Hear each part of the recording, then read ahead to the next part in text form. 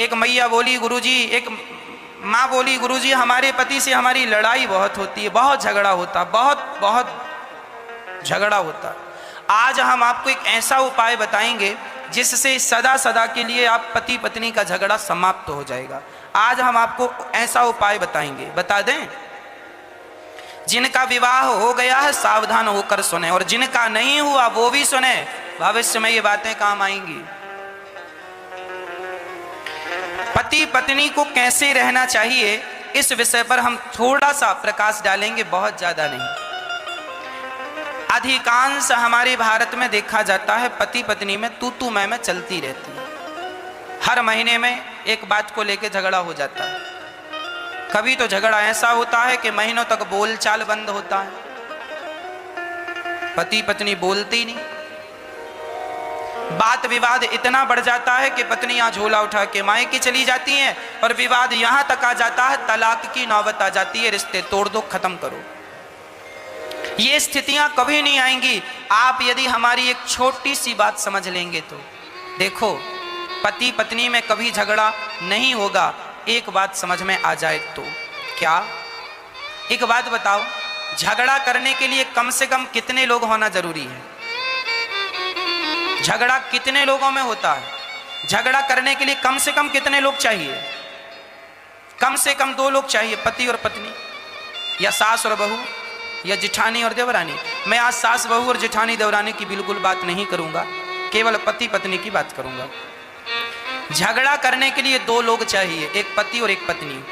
अच्छा, एक बात बताओ, शास्त्र कहता है जब तुम विवाह करके आती हो ना, मंडप के नीचे पंडित जी तुम्हारा विवाह करवाते हैं तो वहां वेद मंत्रों के साथ एक चीज तुम्हें बताई जाती है। अब बताई जाती है कि नहीं, पर ये कहा जाता है पति पत्नी तुम अब 2 नहीं हो, अब दोनों एक हो गए।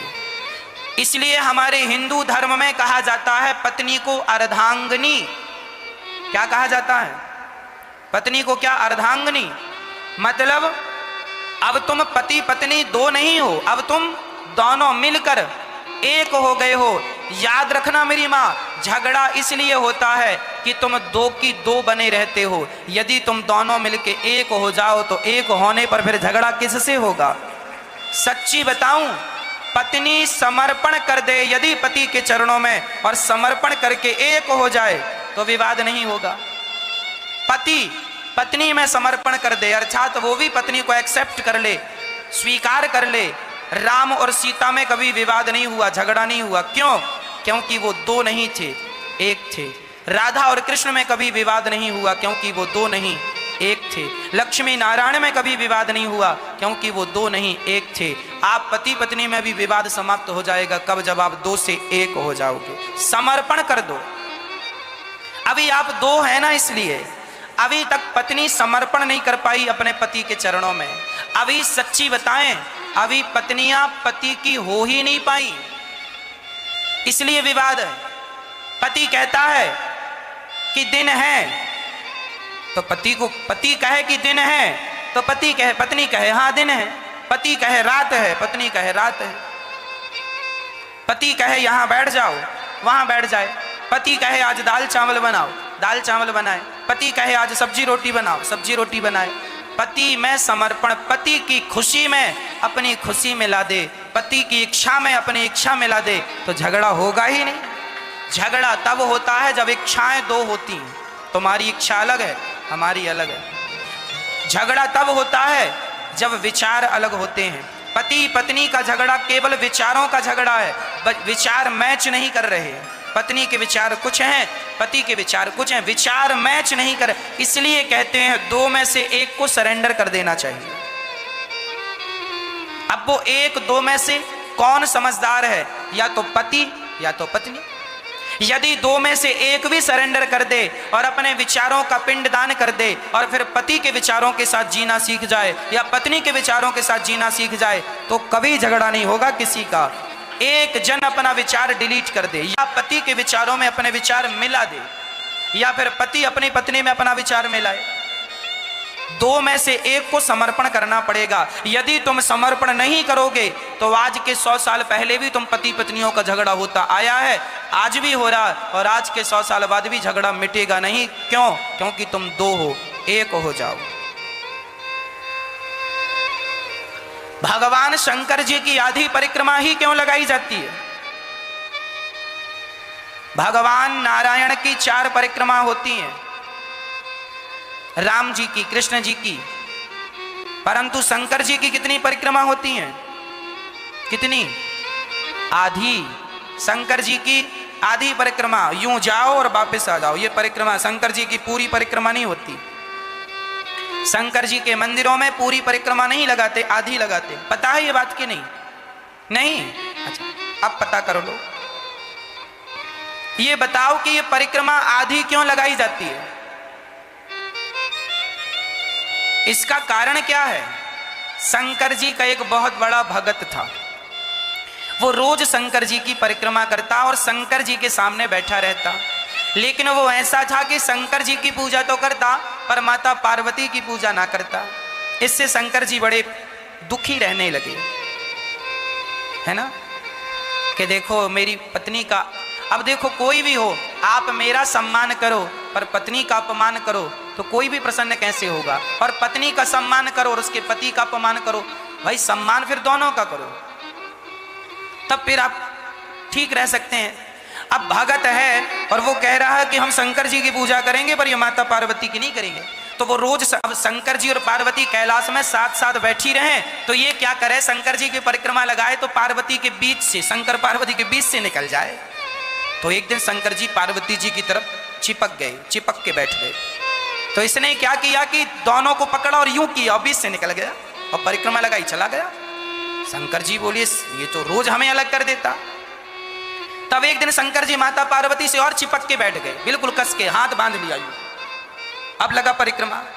शंकर जी को लग रहा था कि तुम दोनों की लगा लो, तो शंकर जी बैठ गए हाथ पकड़ के।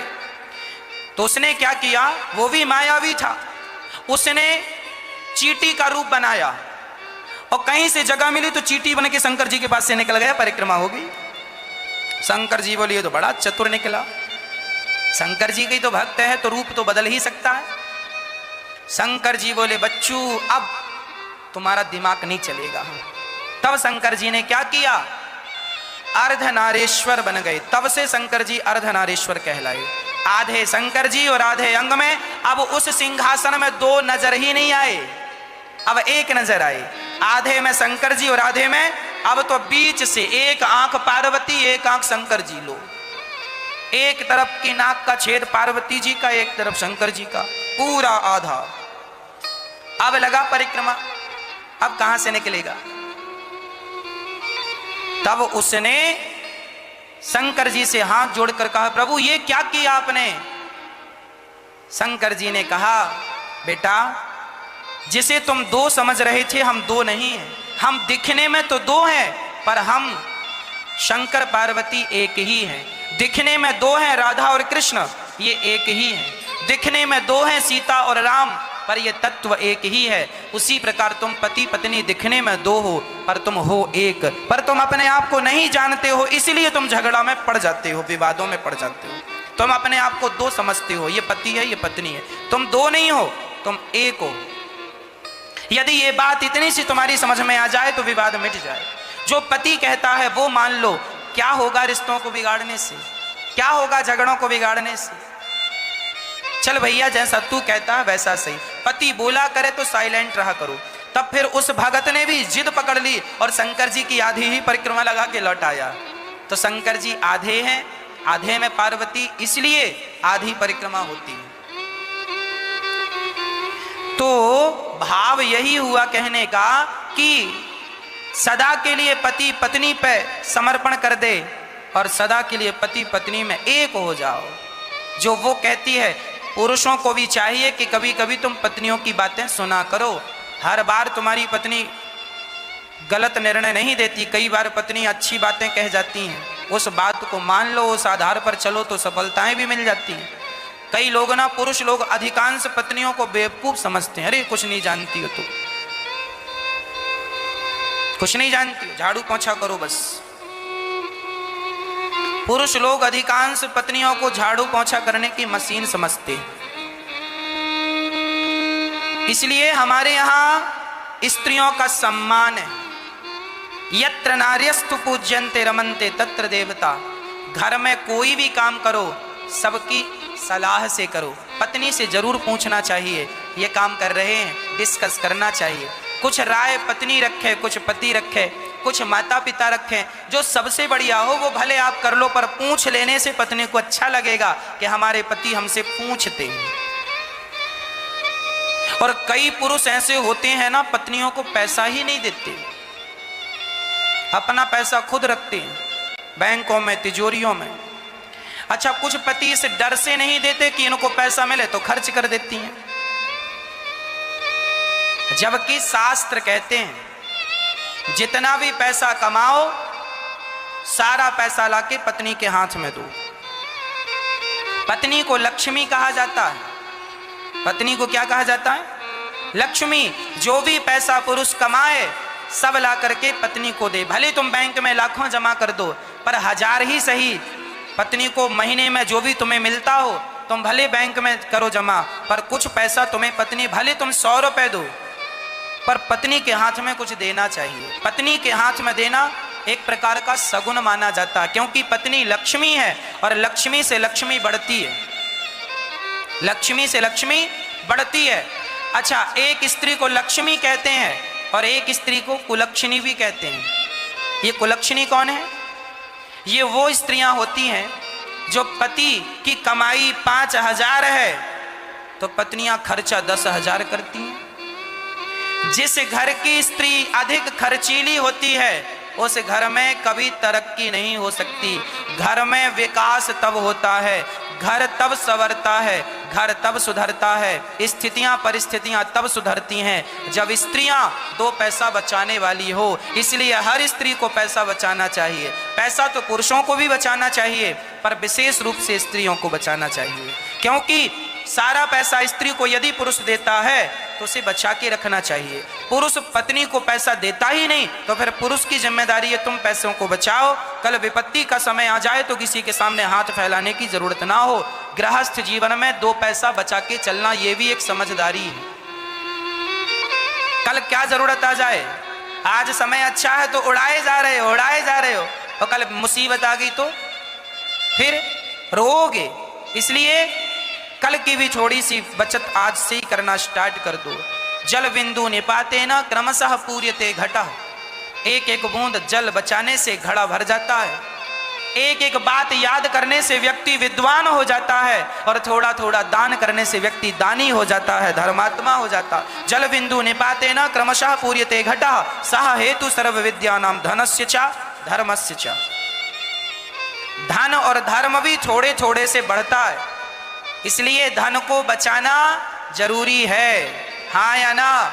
यदि 200 रुपए की साड़ी पहनने से तुम्हारा काम चल जाए तो 1000 रुपए की साड़ी में पैसा ना गवाओ। सादा जीवन, उच्च विचार, सादगी भरा जीवन हो। तुम्हारी पड़ोसन 10,000 की साड़ी पहनती है तो उसकी देखा देखी तुम ना करो। वो बेवकूफ है तो तुम भी बेवकूफ ही बनोगी क्या? कुछ लोगों के पास पैसा आ जाए ना तो उड़ाने लगते हैं, व्यर्थ में, फिजूल में, गलत। एक बार हम एक गांव में कथा करने गए तो वहां हमने देखा गांव में सबके पास 4 चक्के की गाड़ी, 4 व्हीलर।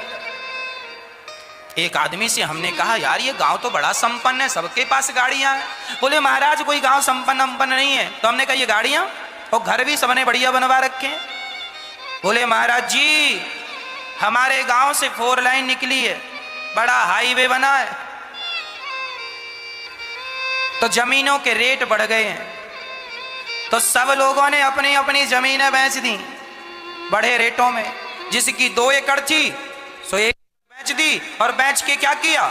गाड़ी ले आया। गाड़ी में चल रहे हैं बाबू, जमीन बेच बेच के गाड़ी खरीद रहे। इनके जैसा बेवकूफ कौन होगा? बाद में पूछना इनसे, डीजल पेट्रोल डलाने के पैसे हैं? ये खेती बेच बेच के गाड़ियां खरीद रहे हैं।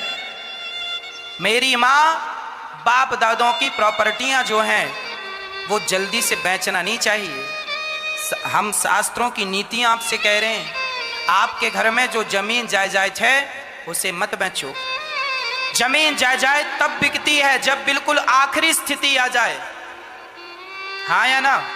अब कोई ऑप्शन ना हो तब जमीन जायदाद बेचनी चाहिए। आपका कोई प्लॉट पड़ा हुआ है, जमीन जायदाद पड़ी है, बाप दादों की जमीनें हैं, आपने खरीदना है, खरीदते जाओ, बेचो मत।